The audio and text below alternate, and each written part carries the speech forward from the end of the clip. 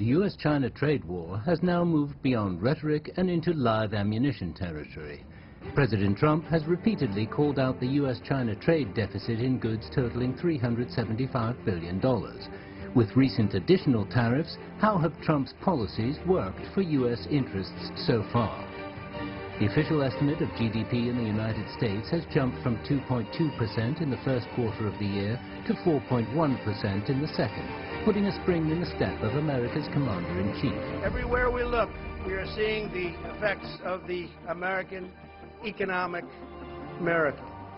We have added 3.7 million new jobs since the election, a number that is unthinkable.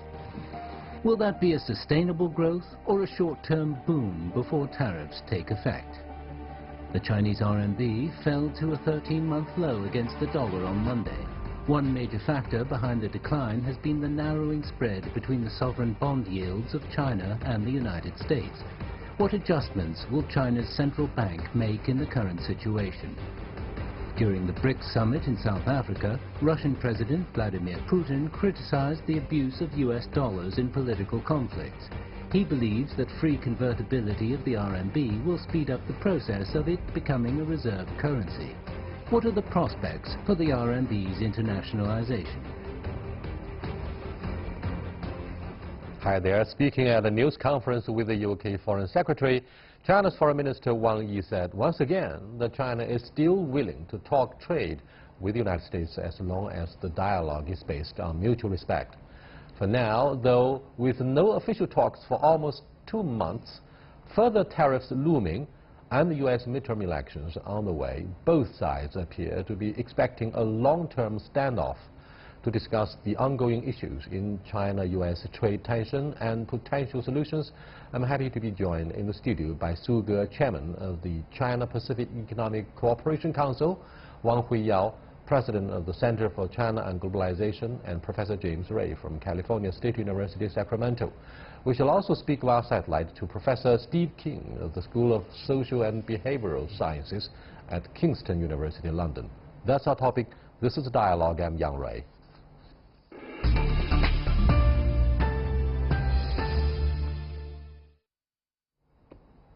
Welcome to Dialogue. Ambassador Su, very briefly, why does the bilateral trade talks came to a halt and no such talks whatsoever has been going on for almost 2 months? Well, that's a very good question because, well, in the past 40 years or so, trade has always been regarded as the ballast, keeping the great ship of U.S.-China relations going and in balance. And now somehow there is some problem with it. I think it goes with the, I think the problem mainly lies on the other side, because China always wanted to solve trade conflicts through dialogues and negotiations. But according to the domestic law of made in 1974, Section 301, the U.S. started tariffs against China. So then, of course, to start with, this is not trade conflicts, is not something of China's choice. Of course, China is not afraid of it. And if pushed onto us, and then we have to make a response. Henry, what do you think of the blame game and the escalation of tensions as such? I think there's two reasons actually, if I observe that. You know, first is of course there's a nominal trade imbalance, 375 billion, as President Trump put it. But actually, if you look at that, you know, the service trade was not included. There was many other multinational revenues in China, you know, also largely not included. So the global value chain was not, you know, calculated correctly. But then I think it's a simple term to use. The 300 billion we lost that to China. So that really rallied the political support at home. That's, I think it's good for President Trump. So that's really he felt it's very convenient to work on that. Second, I think on the other hand though, is that even after 40 years of China-U.S. established diplomatic ties, it seems that they are not converging. They are really divided quite a bit on the value system, ideology, you know, and also governing system. all those matters. And now they are actually coming to a point now that people say, look, I mean, you are so different and you are so special, and country and party play a big role. So that's where I think the response now, consensus now from U.S. and Western countries are now actually through the trade as a vehicle to put pressure on China to do more changes. I think on the other hand, China is actually looking for further opening up and reform. China wants to change itself.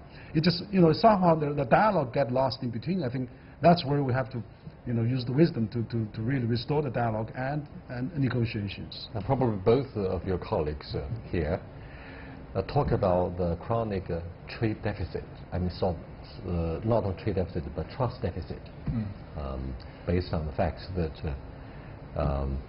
we don't see eye to eye ideologically, and geopolitically China is catching up so quickly if you look at the military build-up. Now let's come back to examine the trade issues.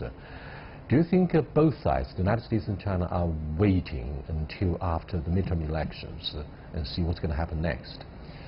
Well, I think for China's perspective would make sense to wait, because the U.S. Congress is very protectionist regardless, and typically American presidents are more pro-free trade, but because Trump has aligned himself as a protectionist, I think that will escalate up until November.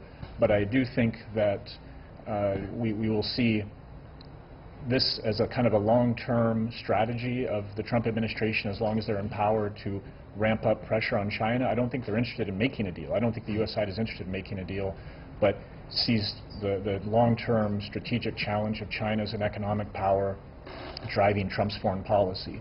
Once he's no longer president, I think a future Democrat or Republican will likely pivot back to free trade and engagement, but I think this is not likely to go away anytime soon. Professor Kim, let me go to Amsterdam. What do you think of the current standoff between the two countries? Is it an issue of buying time? Do you think on the American side it's very much an issue of a political theater until after the midterm congressional elections? What do you make of the freezing atmosphere between the two sides, pending the political campaign in the United States domestically? Well, I think you've got to first of all take into account the very unusual personality and nature of Donald Trump. Someone pointed out to me some time ago, he's worked in real estate all his life, and he believes there's a winner and a loser in every deal, and therefore it's impossible to convince him that you can both gain out of trade. So he's always going to have this perspective. I, in various ways, think Trump, even though he doesn't know why, is quite correct in some of his attitudes towards trade, because what's happened courtesy of the lack of protection of American industry over time is a lack of investment by American firms in American productive technology, and it's gone massively backwards compared to China. China can produce stuff that America is no longer capable of, and what Trump is trying to do is reverse that. But in many ways it's also coming out of this real estate mentality he has, and I think trying to convince him that both sides going out of trade is going to be a forlorn process. Ambassador Su, what would be the worst case scenario if the standstill and the standoff continues? Well, that's hard to say. All I can say at this moment is that, well, no, we are now in a world where globalization seems to be an unstoppable trend. And we, United States and China and all the global economies are parts of the global value or production chains. Now, in the United States, for example, today I read the news that there is a BMW manufacturer in Greenville, South Carolina. And the trade wars waged by the United States is not going to hurt the economies of both countries, but hurt BMW producers. And I also read on today's China Daily that when you look at Trump's campaign team, their campaign flags, well, during last year, they were produced in China. They are making flags for the 2020 re-election campaign.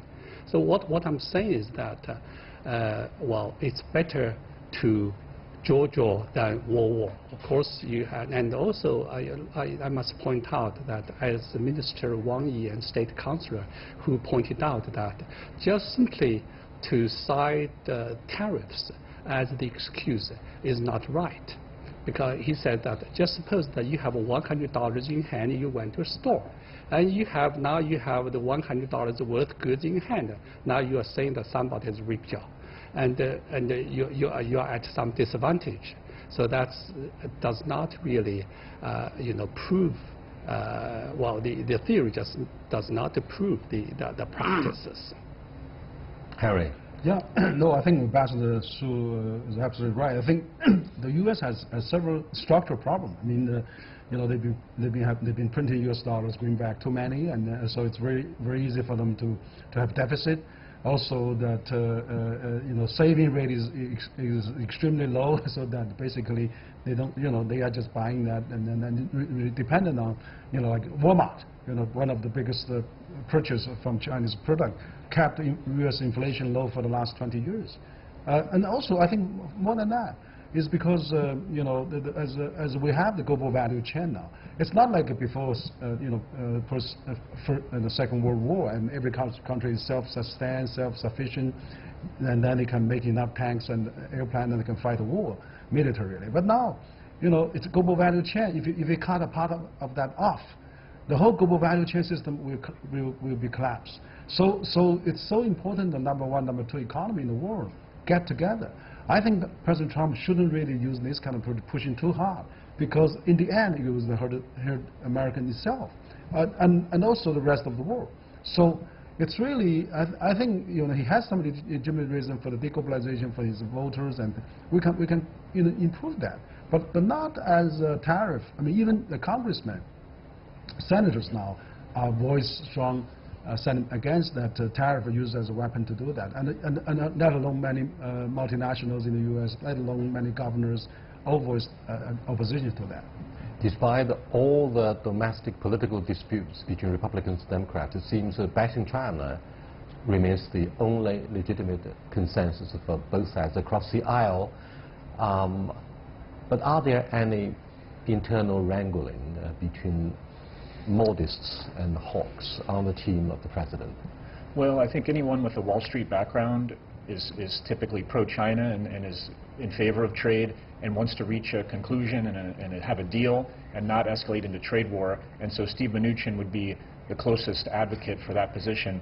But there are some advisors with Trump that come from academic backgrounds or just a hostility to trade and to China, and that's the team he is going forward with right now. But Wall Street influences both parties. They've always pushed presidential leadership to be pro-China and work for trade and investment opportunities and in a good bilateral relationship. So I think that will be the fallback position. But I do think, as was mentioned, the U.S. always perceives a potential strategic rival in China. Now, under Trump, sees an economic rival. And I think China is much more well-positioned for the future competition with the Belt and Road Initiative, the 16+1 into Europe, the AIIB, all these bilateral, multilateral ties that China has navigated. The U.S. is offending its friends, not building ties to developing and emerging economies, and is not investing in its own infrastructure and human resources. So I think there's a great concern that Trump has identified, but I don't think his policies are really helping the U.S. become competitive again. Steve, what do you make of the rivalry between the United States and China? Do you think China is politically, or I mean geopolitically, an arch rival of the American government after 3 years at least of reassessment about the policy of engagement since perhaps Richard Nixon back in 1972? What do you make of the future concerning the bilateral relationship? I think China is a rival, and I think it's a credit to China's industrialization program ever since Deng Xiaoping. The very thought of China being an economic rival to America as opposed to a military rival was unthinkable 30 or 40 years ago. So it shows how successful China's industrialization program has been. And and I do think America is going to try to derail China on that front to some large degree, largely because of the points made by the previous speaker about the financial sector in America versus the industrial sector. The financial sector in America benefits from America being the reserve currency. They benefit from free trade.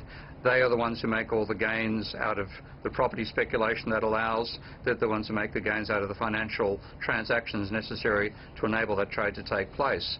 The industrial heartland, which is where Trump's political base is, suffers from that. So I think the financial sector will defend having the American dollar as the only international currency, and if they see China pushing for the RMB to become a matching currency for global trade, then there will definitely be an economic war between America and China, but it'll be the industrial side of China versus the financial side of America.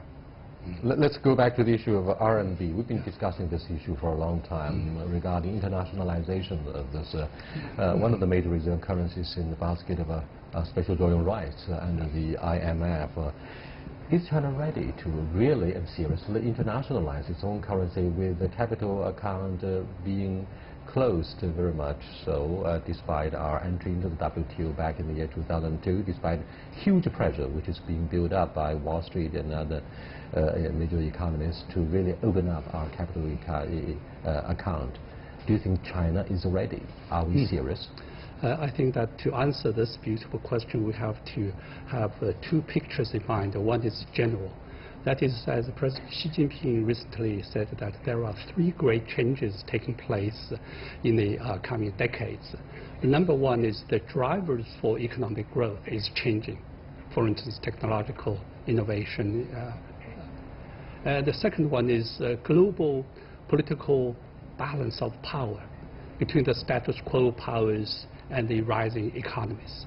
The thirdly is the change in global governance. That being said, the status quo power is now having this great anxiety over any possible rising stars that might challenge its dominant position. Now, against this background, let me talk about the monetary policy of China. Well, actually, Chinese central bank and China's government has been following a policy which may be called a positive fiscal policy and a prudent monetary policy. And in the 90s, RMB was somehow, the exchange rate was hinged to that of the dollar. However, since 2005, everything's changed. The RMB exchange rate was fixed according to a basket of foreign currencies. And then, because we accept the market economy as is, then the rate of RMB has to fluctuate. So when you talk about the most recent the exchange rate, the change of exchange rate, I don't think it's owes to government manipulation, but it's according to the forces of the market. Well, RMB issue remains a very hot focal point for presidential candidates and for lawmakers in the D.C. for years. Henry, do you think the Chinese government is really manipulating the currency? No, not necessarily. I think one of the reasons is that because we have a trade war, heated debate going on in both countries. We have a trade war that reflects in the media, in the government spokesperson, and so on and so forth. So in addition to the tariff damages, there is a psychological impact. So I think the psychological impact actually has motivated some people really, look for exchange of the currencies or maybe speculate U.S. or RMB. So that's probably the reason I think that the RMB has actually depreciated quite a bit recently. So, but internationalization RMB is inevitable. It's going to be the trend because China is going global. China investment, outbound investment is larger already than the inbound investment, and China also launching its Belt and Road initiative. So I think the demand and request for RMB internationalization is on the way. But before that, I think China's government and also International Monetary Fund and other international agencies should work together to find a way to increase the the RMB's international role. I'm also pleased some foreign countries are already bought RMB as a foreign reserve now. So that should be encouraged and that should be expanded. James, perhaps the issue of RMB is very much driven by the nationalistic sentiments and the sense of ego, because some argue strongly that we are way, way, way behind other major reserve currencies in, for example, international transactions. We are not a serious part of the global payment system. RMB is very much just a minor part of so-called balancing the sheet, so to speak. What do you think of the unrealistic expectations for RMB to be internationalized? Well, I think President Xi is prepared to begin that process and have financial transactions settled in RMB, work with other countries to hold larger shares of renminbi as a currency in terms of their... Well, the political will and the expectations are one thing. The credibility of American US dollars might be quite another. Look at the pullout from the Iran nuclear deal. American government vows to punish whatever companies, be they European, Chinese, Indian, for their transactions with Iran. So in that case, the credibility of the US dollars, which is being abused politically, might lose its credibility. I mean, it could be seriously eroded. Well, in the 1980s, the Japanese yen was a potential threat, and then the US pressured Japan to let its currency rise enormously in value, and Japan's economy has never really recovered from a variety of factors, including that.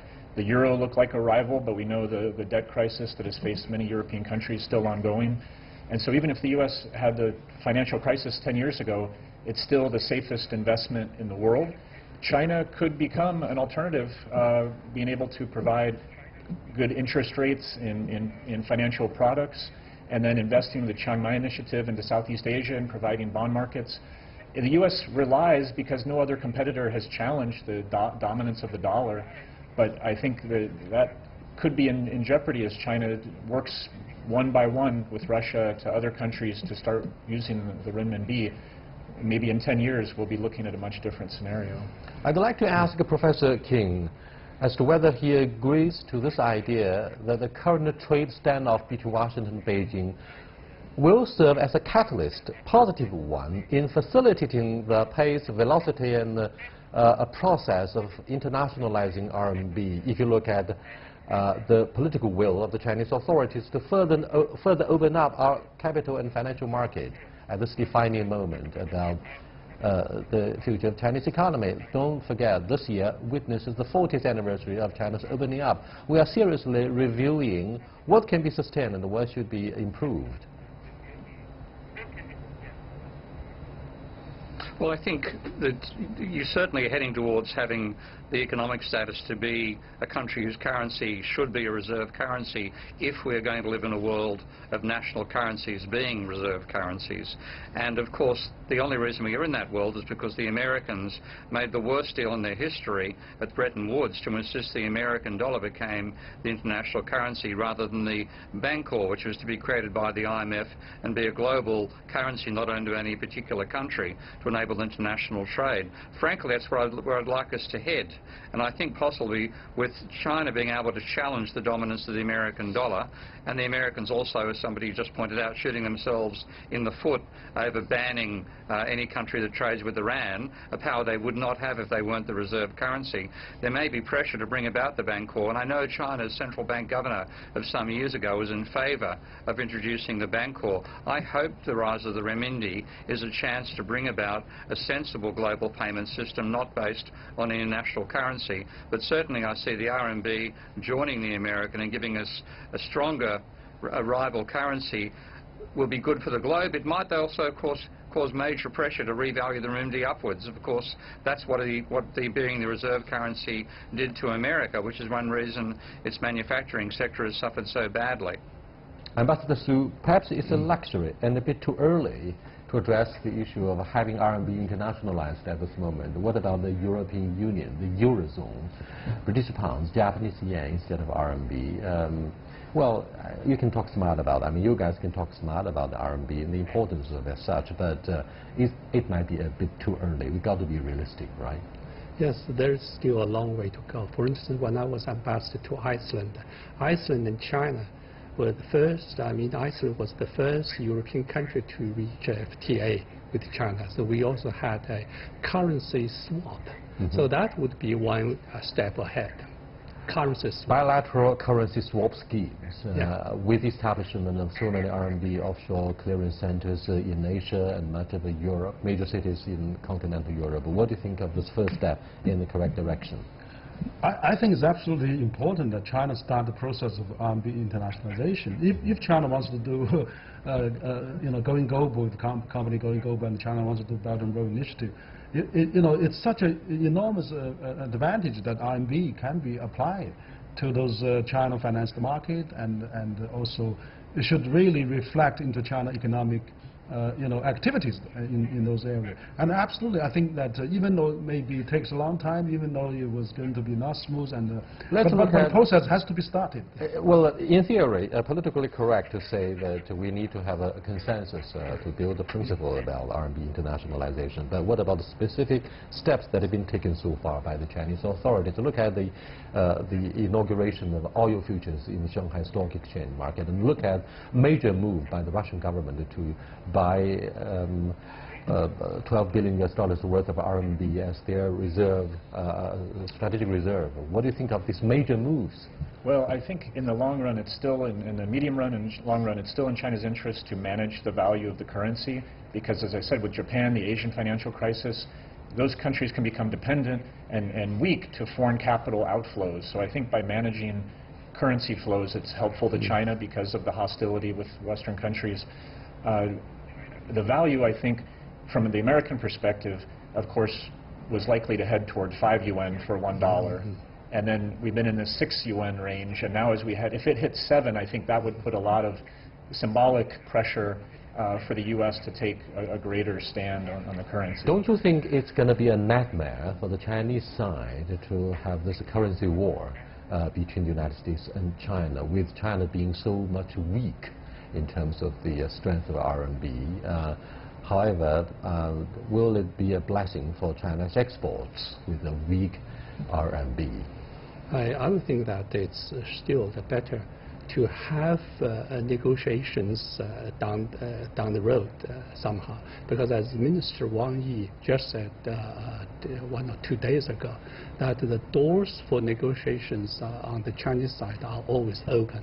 However, he said that to have negotiations, we must respect each other and also have the negotiations on rules, and then just simply you have high pressures. That's not the way to go. Let me get back to Professor King. Isn't it a luxury to address the issue of RMB internationalization when it is still declining in value at this moment?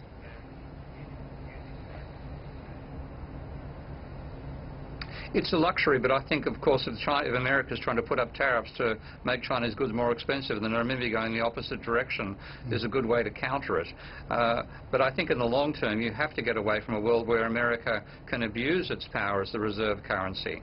So I actually support the RMB going in that direction. Of course, it's also made difficult by the fact that China, like the European Union, runs a massive trade surplus, and therefore it's very hard to get Chinese dollars, so Chinese renminbi or European euro, but it's very easy to get American dollars because they run a huge trade deficit. So there are enormous complications in moving to a bipolar reserve currency world where one of those currencies is in trade surplus almost all the time.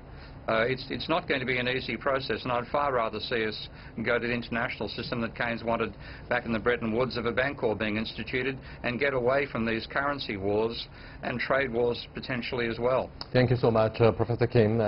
Toward the end of this program, let me remind you of what Alan Greenspan, former chairman of the Federal Reserve, said in the immediate aftermath of the September 11th terrorist attacks. He said, "Fortunately, the global payment system of the U.S.